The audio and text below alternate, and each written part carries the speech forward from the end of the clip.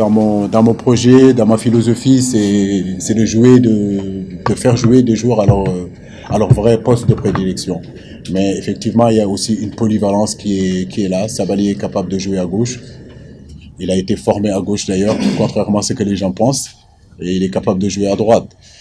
Mais mon souhait aujourd'hui, effectivement, c'est d'avoir un gaucher à gauche et un droitier à droite. Donc, s'il y a une possibilité aujourd'hui de mettre Sabaly à droite, on le fera.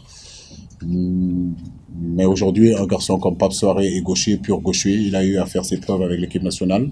Armand Traoré, c'est la même chose. Saliou aussi, c'est la même chose. Adama Mbengue, c'est la même chose aussi. Donc, pour ne citer que.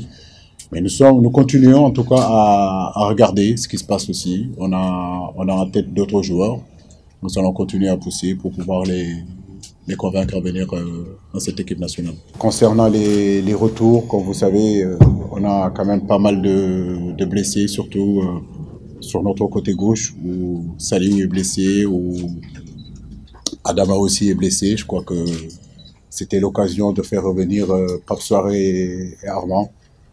Pape qui manque un petit peu de temps de jeu, effectivement, mais je pense qu'en première ligue, je connais très bien ce championnat, à quel point il est difficile.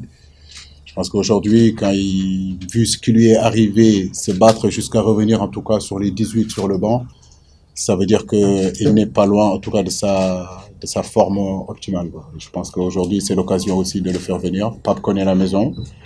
Il est d'ici, il a eu à faire de très très belles choses avec cette équipe nationale. Je crois que les matchs amicaux sont faits pour ça aussi. Armand, c'est pareil. Armand a connu aussi des moments difficiles en club. Mais depuis le début de la saison, que ce soit avec Forest, aujourd'hui avec Cardiff, il fait de très belles choses. Et comme il nous manque des joueurs à ce poste-là, je pense que l'occasion a été vraiment propice, si vous voulez, de les faire revenir. Parce que si on ne le fait pas maintenant, après c'est la Coupe du Monde, on n'aura pas l'occasion de le faire. Je disais que dans ce groupe-là, il y a beaucoup de joueurs qui jouent énormément, d'autres jouent peu et d'autres ne jouent pas du tout. Mais je crois qu'aujourd'hui, ces matchs amicaux doivent nous servir de ça, doivent nous servir à un moment donné de réunir des joueurs.